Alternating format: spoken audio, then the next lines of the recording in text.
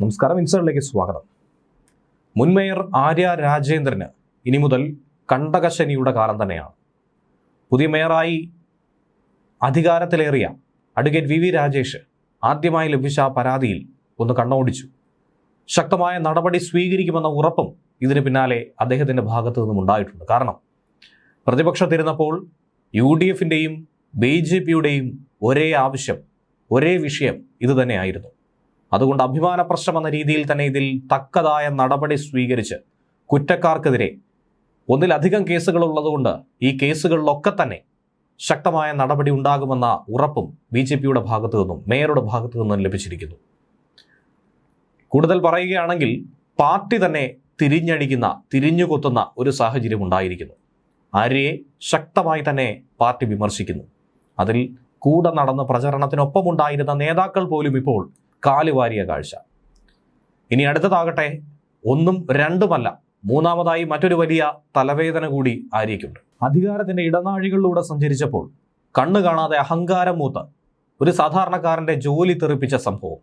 KSRTC driver കൂടിയായിട്ടുള്ള യദുവിൻ്റെ ജോലി പോയതിൽ, യദുവിനെതിരെ നടപടി സ്വീകരിച്ചതിൽ ആര്യയ്ക്കെതിരെയും കോടതി തന്നെ ശക്തമായി ഇടപെട്ടിരിക്കുകയാണ്. അതിനെക്കുറിച്ചുള്ള വാർത്തയും കഴിഞ്ഞ ദിവസം കേട്ടിട്ടുണ്ടായിരുന്നു. അങ്ങനെ ഒന്നിനു പിറകെ മറ്റൊന്നായി ഒന്നിലധികം കേസുകെട്ടുകളുമാണ് ആര്യയെക്കുറിച്ച് ഇപ്പോൾ അന്വേഷിക്കുന്നത്. ആദ്യത്തേത് മുൻ മേയർ നടത്തിയിട്ടുള്ള അഴിമതികളെക്കുറിച്ചുള്ള വിശദമായ അന്വേഷണം. അത് വി രാജേഷിന്റെ മേശപ്പുറത്തെത്തി നിൽക്കുന്നു. കോർപ്പറേഷനിൽ മേയറായി ചുമതലയേറ്റതിന് തൊട്ട് പിന്നാലെയാണ് വി രാജേഷിന് കിട്ടിയ ആദ്യ പരാതിയായി ഇതിനെ നോക്കിക്കണ്ടിരിക്കുന്നത്. മുൻ കോൺഗ്രസ് കൗൺസിലർ കൂടിയായിട്ടുള്ള അജയ് ശ്രീകുമാറാണ് ഈ പരാതി കൈമാറിയത്.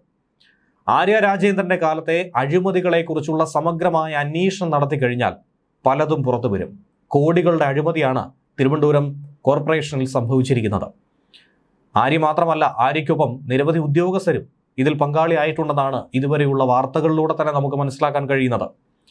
നഗരസഭയിൽ നടന്നിട്ടുള്ള പലവിധ താൽക്കാലിക നിയമനങ്ങൾ, ബന്ധു നിയമനങ്ങൾ, രാഷ്ട്രീയ നിയമനങ്ങൾ, സ്വജനപക്ഷപാതം നടന്നുവെന്നാണ് ഈ പരാതിയിൽ എടുത്തു പറയുന്നത്. SC/ST ഫണ്ട് തട്ടിപ്പ്, നിയമനങ്ങൾക്ക് പാർട്ടി സെക്രട്ടേറിയറ്റിൽ നിന്നും ലിസ്റ്റ് ആവശ്യപ്പെട്ട് പിൻവാതിൽ നിയമനം നടത്തിയത്, കെട്ടിട നികുതിയിലെ തട്ടിപ്പ്, വാഹന ഇൻഷുറൻസ് മെയിൻ്റനൻസ് തട്ടിപ്പ്, അങ്ങനെ നിരവധി വിഷയങ്ങൾ ആര്യയ്ക്കുമേൽ, കോർപ്പറേഷന് മേൽ കിടക്കുന്നു, മുൻ ഭരണസമിതിക്ക് മേൽ. ഇതിലൊക്കെ ഒരു സമഗ്രമായ അന്വേഷണം നടത്തി ഇക്കഴിഞ്ഞ പതിറ്റാണ്ടിനിടയിൽ നടത്തിയിട്ടുള്ള സകല തട്ടിപ്പും പുറത്തു കൊണ്ടുവരണമെന്നാണ് ശ്രീകുമാറിന്റെ ആവശ്യം.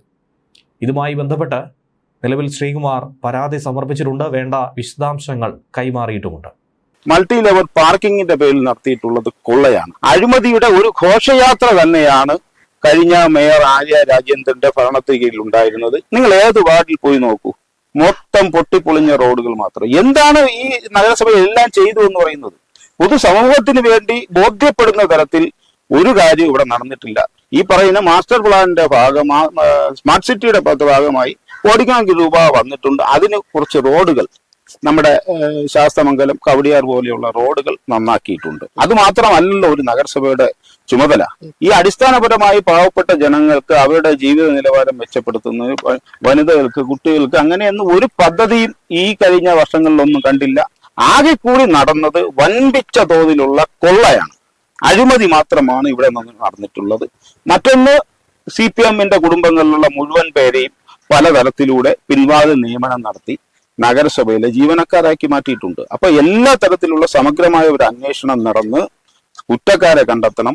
അനധികൃതമായ നിയമനം നടത്തിയവരെ പുറത്താക്കിയിട്ട് നിയമാനുസൃതമായ അഭ്യസ്തവിദ്യരായ ലക്ഷക്കണക്കിന് പേരുള്ള തലസ്ഥാനമാണ്. അപ്പോൾ അർഹതയുള്ള വിദ്യാസമ്പന്ന ആൾക്കാർക്ക് അത്തരം തൊഴിൽ കിട്ടണം. നമുക്ക് ഈ നഗരസഭയുടെ അവസാന കൗൺസിൽ നടക്കുമ്പോൾ ഒരു കൗൺസിലറിനെ ജോലിക്ക് നിയമിക്കുന്നതായിട്ട് ആ കൗൺസിലർ കൂടി ഇരുന്ന് പാസ്സാക്കുകയാണ്.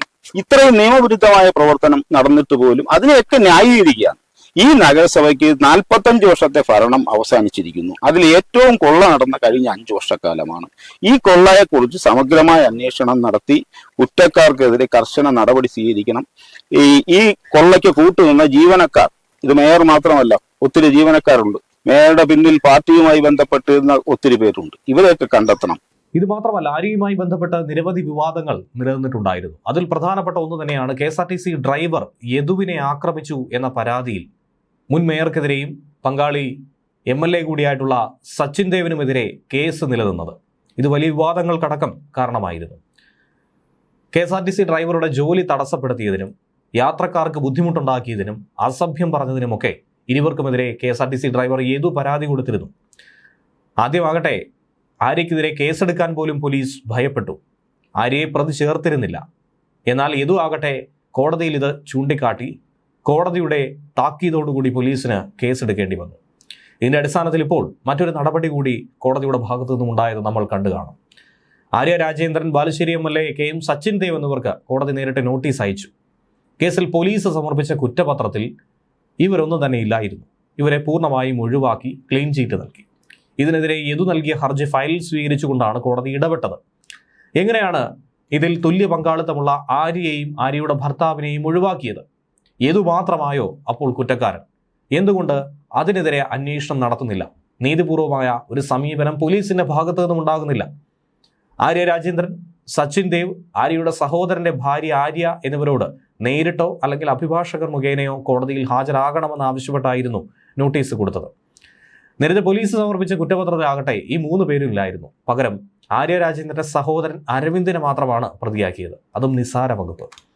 ആര്യയെയും സച്ചിൻ ദേവിനെയും ഉൾപ്പെടെയുള്ളവരെ കുറ്റപത്രത്തിൽ നിന്ന് ഒഴിവാക്കിയ നടപടി അത് ഏറെ വിമർശനങ്ങൾക്ക് വിധേയമായിരുന്നു. ഈ നടപടി തള്ളണമെന്നും ഇവരെ കൂടി കേസിൽ പ്രതി ചേർക്കണമെന്നും യദു ആവശ്യപ്പെട്ടു. ഈ ഹർജിയിലാണ് നോട്ടീസ് അയച്ചത്. കേസിലെ ഏറ്റവും നിർണായകമായ തെളിവടക്കം ഇതിനു മുന്നേ നശിപ്പിച്ചു കഴിഞ്ഞിരിക്കുന്നു. ബസ്സിലെ CCTV മെമ്മറി കാർഡ് നശിപ്പിച്ചത് അന്നത്തെ കണ്ടക്ടറായിട്ടുള്ള സുബിനാണെന്നുള്ള ആരോപണം യദു ഉയർത്തുന്നുണ്ട്. യദുവിന്റെ പുതിയ ഹർജിയിലും ഇക്കാര്യം ചൂണ്ടിക്കാണിക്കുന്നു. ആര്യ രാജേന്ദ്രന്റെയും സച്ചിൻ ദേവിന്റെയും സമ്മർദ്ദത്തിന് വഴങ്ങി സുബിൻ ഒരുപക്ഷെ ഇത് ചെയ്തിരിക്കാം. അതുകൊണ്ട് സുബിനെ കൂടി പ്രതിയാക്കി സമഗ്രമായ ഒരു പുനരന്വേഷണം നടത്തി പുതിയ കുറ്റപത്രം സമർപ്പിക്കണമെന്നാണ് യദുവിന്റെ ആവശ്യം. സച്ചിൻ ദേവ് MLA ബസ്സിനുള്ളിൽ കയറി കാട്ടിയ അക്രമങ്ങൾ, ഇതിന്റെ ഒക്കെ തന്നെ ദൃശ്യങ്ങൾ ഈ മെമ്മറി കാർഡിൽ കൃത്യമായുണ്ട്. യദു ഇത് എടുത്തു പറയുന്നുമുണ്ട്. സംഭവത്തിൽ മേയർക്കെതിരെ കേസെടുക്കാൻ പോലീസ് ആദ്യം വിമുഖത കാണിച്ചെന്നും പിന്നീട് കോടതി നിർദ്ദേശം അനുസരിച്ചാണ് FIR രജിസ്റ്റർ ചെയ്തെന്നാണ് റിപ്പോർട്ടിൽ പറയുന്നത്. പോലീസിന്റെ അന്വേഷണമാകട്ടെ പക്ഷപാതപരമായിരുന്നു. മെമ്മറി കാർഡ് കണ്ടെത്തുന്നതിൽ പോലീസ് പരാജയപ്പെട്ടെന്നും യദു ആരോപിക്കുന്നു. ഒരുപക്ഷെ കുറ്റവാളികൾക്ക് രക്ഷപ്പെടാനുള്ള അവസരം പോലീസ് തന്നെ ഒരുക്കി നൽകി എന്ന് പറയുന്നതാകും കൂടുതൽ ശരി. എന്നാൽ ഇവിടം കൊണ്ടൊന്നും തന്നെ ആര്യയുടെ തലവേദന ഒഴിയുന്നില്ല. ആര്യയ്ക്ക് അടുത്ത പൊല്ലാപ്പായി പാർട്ടി തന്നെ തിരിച്ചടിച്ചു. അതായത് തദ്ദേശ തിരഞ്ഞെടുപ്പിൽ തിരുവനന്തപുരം നഗരസഭയിലുണ്ടായ തോൽവി. അതിലാണ് CPM ജില്ലാ കമ്മിറ്റി ആര്യയ്ക്കെതിരെ രൂക്ഷമായ വിമർശനം ഉന്നയിച്ചത്. നാട്ടുകാർ ഒരേ സ്വരത്തിൽ പറയുന്ന അഹംഭാവവും അഹങ്കാരവും നിറഞ്ഞ പെരുമാറ്റം അതുതന്നെയാണ് ഈ തെരഞ്ഞെടുപ്പിലെ തോൽവിക്ക് കാരണമായത്. മേയറായിരുന്ന ആര്യയുടെ ഭാഗത്തു നിന്നും കനത്ത അഹങ്കാരം, കെടുകാര്യസ്ഥത ഇതൊക്കെ തന്നെ ഉണ്ടായി എന്ന വിമർശനമാണ് ഉയർന്നു കേട്ടത്. പറഞ്ഞത് മറ്റാരുമല്ല, മുൻ മേയറും വട്ടിയൂർക്കാവ് MLA-യുമായിട്ടുള്ള VK പ്രശാന്ത് ആയിരുന്നു. അതിരൂക്ഷമായ വിമർശനം. മേയർക്കെതിരെ ഭൂരിഭാഗം നേതാക്കളും ഇത്തരത്തിൽ വിമർശനം ഉന്നയിച്ചെന്നാണ് മനസ്സിലാക്കാൻ കഴിയുന്നത്. സംസ്ഥാനത്തെ പൊതു സാഹചര്യങ്ങളും തോൽവിയിൽ നിർണായകമായെന്നാണ് വിലയിരുത്തൽ. ശബരിമലയിൽ നടന്ന ആഗോള അയ്യപ്പ സംഗമത്തിൽ ഉത്തർപ്രദേശ് മുഖ്യമന്ത്രി യോഗി ആദിത്യനാഥിന്റെ സന്ദേശം വായിച്ചത്, മുഖ്യമന്ത്രി പിണറായി വിജയൻ വെള്ളാപ്പള്ളി നടേശന്റെ ഒപ്പം കാറിൽ യാത്ര ചെയ്തത്, ശബരിമലയിലെ കട്ടിളപ്പാളിയിലെ സ്വർണ്ണക്കൊള്ള തുടങ്ങിയ വിഷയങ്ങളടക്കം ഈ തദ്ദേശ തിരഞ്ഞെടുപ്പിൽ പാർട്ടിക്ക് വലിയ തിരിച്ചടിയായിട്ടുണ്ട്. തിരുവനന്തപുരം കോർപ്പറേഷനിൽ സംഭവിച്ചത് ആര്യയുടെ തന്നെ തെറ്റാണെന്ന കാര്യത്തിൽ ഒരു സംശയവുമില്ല. നഗരസഭ ഒഴികെയുള്ള മറ്റു തദ്ദേശ സ്ഥാപനങ്ങളിൽ മുന്നിലെത്താൻ കഴിഞ്ഞെങ്കിലും വിജയത്തിന് 2020 തിളക്കമൊന്നും തന്നെ ഇല്ലായിരുന്നു. അതുപോലെ തന്നെ തിരുവനന്തപുരം ജില്ലയിലെ പാർട്ടിക്കുള്ളിലെ വിഭാഗീയത അത് വലിയ തിരിച്ചടിയായി. പാർട്ടിക്ക് 3 ജില്ലാ സെക്രട്ടറിമാരുണ്ടെന്ന പ്രതീതിയാണ് പലപ്പോഴും ഉണ്ടായത്. അതുപോലെ തന്നെ സ്ഥാനാർത്ഥി നിർണയത്തിലെ പിഴവടക്കം ഇക്കൂട്ടത്തിൽ എടുത്തു കാട്ടിയിട്ടുണ്ടായിരുന്നു. ന്യൂസ് ഡെസ്ക് മലയാളി വാർത്ത ഇൻസൈഡ്.